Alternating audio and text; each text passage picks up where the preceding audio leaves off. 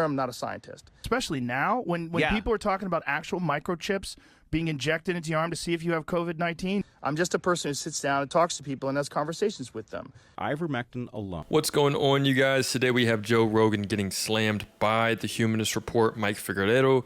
Joe Rogan is playing dumb, and the Humanist Report is not having it. Let's watch. Haven't heard yet, Spotify lost $4 billion in market value. Yes, that's billion with a B, following the announcement of artists like Neil Young and Joni Mitchell stating that they want to pull their songs from the platform because they don't want to share the same platform with someone like Joe Rogan, who's spreading deadly anti-vaccine misinformation during a pandemic. And Spotify, up until this point, hasn't really responded, but because the medical misinformation is now hurting their business model, they were forced to make an announcement that they will indeed be trying to combat the spread of misinformation on their platform by, quote, adding a content advisory to any podcast episode that includes a discussion about COVID-19. Now, this isn't going to make a difference at all, but they're panicking and they're trying to stop the hemorrhaging, so they're announcing this. And it's shocking to me that they didn't already have this, because even on Facebook, I think, on Twitter, on YouTube, any video about COVID-19, you will see a little disclaimer. For more details about COVID-19 or vaccines, visit cdc.gov, yada, yada, yada. So it's shocking that they didn't even do that, which is not even the bare minimum. It's the most basic thing that you can do if you want to be responsible, given that these podcasts feature commentary about this topic from people who don't know what the fuck they're talking about. But still, it's something that they're trying to do to stop the hemorrhaging. Now, Joe Rogan responded by being incredibly disingenuous and essentially playing dumb and lying, but he did at least show a modicum of humility in this particular clip, which we'll look at first. One of the things that Spotify wants to do that I agree with is that at the beginning of these controversial podcasts, like specifically ones about COVID, is to put a disclaimer and say that you should speak with your physician and that these people and the opinions that they express are contrary to the opinions of the consensus of experts, which I think is very important. Sure, have that on there. I'm very happy with that. Also, I think if there's anything that I've done that I could do better is have more experts with differing opinions right after I have the controversial ones. I would most certainly be open to doing that. Yeah, no fucking shit. Or better yet, what if you just didn't platform cranks at all on your platform? Because when you do that, even if you're bringing on people subsequently thereafter to kind of counterbalance the misinformation that you helped disseminate, you're still setting up the situation where objectable truth is debatable, when that's just bad. And I don't necessarily, discredit Joe Rogan. I think that Joe Rogan is a complete nut for sure. I think especially pushing something that is, it was a sickness. Whether you want to say, oh, it was created, this and that, whatever, people were dying from it, and that was actually happening. I don't know if anyone knows people, but I mean, there were definitely people that passed away. I know a few people that passed away from, the disease, from the pandemic. But what I'm saying, why I don't discredit him, is that, he just doesn't trust the government. And it's like, at the end of the day, that's what I feel that whole pandemic crap was for a lot of the Republicans, for a lot of the people in wherever they were at, that just were like wanting to speak up against it. They were wanting to fight for that little feeling of not wanting to trust the government. And look, I would love to be able to say, oh, I think that the government's in good hands. I think the government, is taking care of everyone. But just point blank, they're allowing Trump to do all these terrible things, to get rid of Medicare, to get rid of food stamps, not to mention all the, the war that we're about to get into.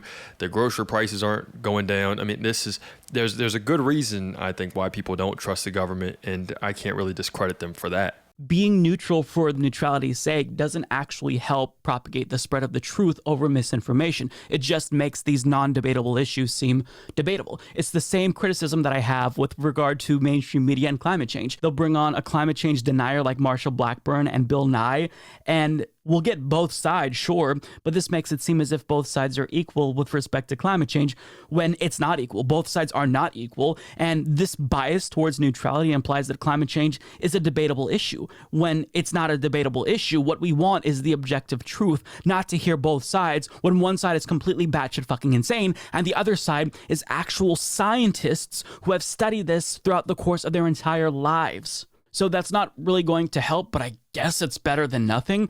But here's where he gets really disingenuous. This is what Joe Rogan said, courtesy of Sam Bifford from The Verge. These podcasts are very strange because they're just conversations, Rogan says. And oftentimes, I have no idea what I'm going to talk about until I sit down and talk to people. Bullshit. And that's why some of my ideas are not that prepared or fleshed out, because I'm literally having them in real time. But I do my best, and they're just conversations. Oh, sure. And I think that's also the appeal of the show. It's one of the things that makes it interesting. So I want to thank Spotify for being so supportive during this time. And I'm very sorry that this is happening to them and that they're taking so much from it. Oh, well, gee golly, I'm just so surprised that this anti-vax loon who I invited on my program, who's currently trying to hawk his anti-vax book, would bring up anti-vax misinformation throughout the course of this 2-hour-plus long conversation. I'm just so shocked. In fact, this is how shocked I was. This is me, surprised Pikachu face, when this anti-vax grifter who I brought on my show starts talking about vaccines in a negative light. Except Joe Rogan is in his 50s. There's no way he's this naive. I refuse to believe it. He might not necessarily be the brightest bulb, but there's no way he's that naive. I mean, you know what you're doing. And if you don't, then I don't know what to say. You're even dumber than I thought. But I think he knows what he's doing. If you bring on someone who is known for their anti-vax grift, then don't be surprised when they talk about anti-vaccine bullshit. Yeah, I think that's insane. I mean, that half-assed apology of saying, look, I'm sorry that this is happening to them. Like, that doesn't mean anything whatsoever. He's still going to, like what the Humanist Report is saying, he's still going to have these people on that are going to deny that this is even a deadly illness, that it doesn't really affect people, that it doesn't make sense whatsoever. It's like when he brings on somebody who is a far-right grifter, like Jordan Peterson. Oh, what? But they're talking about anti-trans issues when that's the reason why they're famous, because of Bill C-16? Color me surprised. I never would have expected this from them. It's just, he's so disingenuous here. And anyone who believes him, you have to be as naive, if not more naive than him. Now, as you're going to see, he plays dumb a lot more. And this is a little bit of a compilation put together by The Recount, where they show how what he's saying is just, it's lies. He's so deceitful here. The podcast has been accused of spreading dangerous misinformation. If you're like 21 years old and you say to me, should I get vaccinated? I go, no.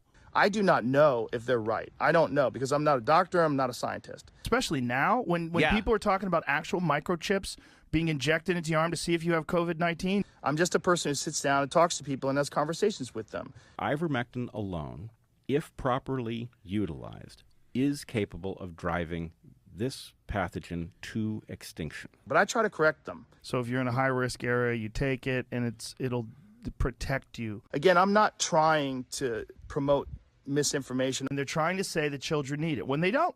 They don't need it. So if I pissed you off, I'm sorry. He's so sorry. He never meant to spread misinformation. He only has the largest podcast on the planet, so it's not like he has this responsibility or anything to vet guests before bringing them on, or maybe be a little bit careful with the way that he speaks about things that he knows he's been criticized for. He's sorry. He's sorry. It's such fucking bullshit. Now look, to be clear, I am not advocating that we deplatform Joe Rogan. That's not what I'm saying here. But at a minimum, I think that it is absolutely valid that we criticize Joe Rogan and push back against the misinformation that he's spreading.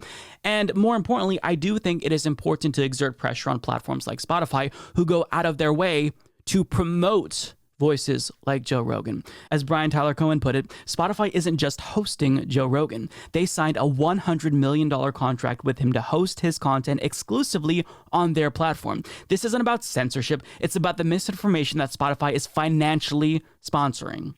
Not to mention the huge right-wing turn that Joe Rogan has done since he signed with Spotify. I mean, I don't know whether that could be some type of, whether you want to call it like just a coincidence or what that actual issue is, but it does seem like he is completely, if not, before that, but now it really does mark just a full 180 turn in the other direction. And this is absolutely correct. Spotify has thousands of podcasts, probably with millions of listeners, but the one that they promote is Joe Rogan. Why? Because that's a business decision. They didn't just give Joe Rogan a $100 million contract out of the kindness of their hearts. They believed that the return on that would be double, if not exponential. But in doing that, in overlooking the transphobia before they agreed to this contract, and overlooking his other absurd beliefs, the guests that he'd bring on, far-right individuals, they thought, oh, well, the controversy was worth it because the viewers that he'd bring in, the new subscriptions that he'd bring into Spotify, that overall would be better. And now it's hurting them, which is why they're starting to reverse course. This is all about business. So there we have it, you guys. We have the Humanist Report, Mike Figueredo going in on Joe Rogan. I mean, again, just Joe Rogan wanted to play stupid. That apology was terrible. I'm so sorry that this is happening to them.